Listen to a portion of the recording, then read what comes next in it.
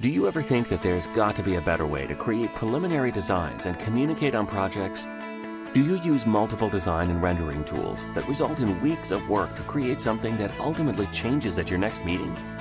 Do you waste a lot of time and money just to win a project or move to the next phase?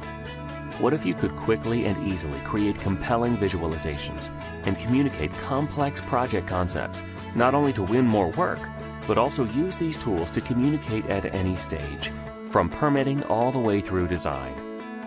With Autodesk InfraWorks 360, you can work in new and exciting ways.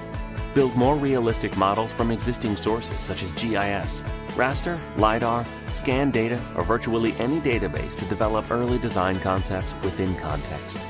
Access simple yet powerful modeling tools for roads, rail, pipe networks, and buildings. Analyze slope, elevation, sun and shadows, cut and fill, and more. And explore multiple scenarios in a single model. You can foster team collaboration by storing and managing large models centrally and more securely in the cloud.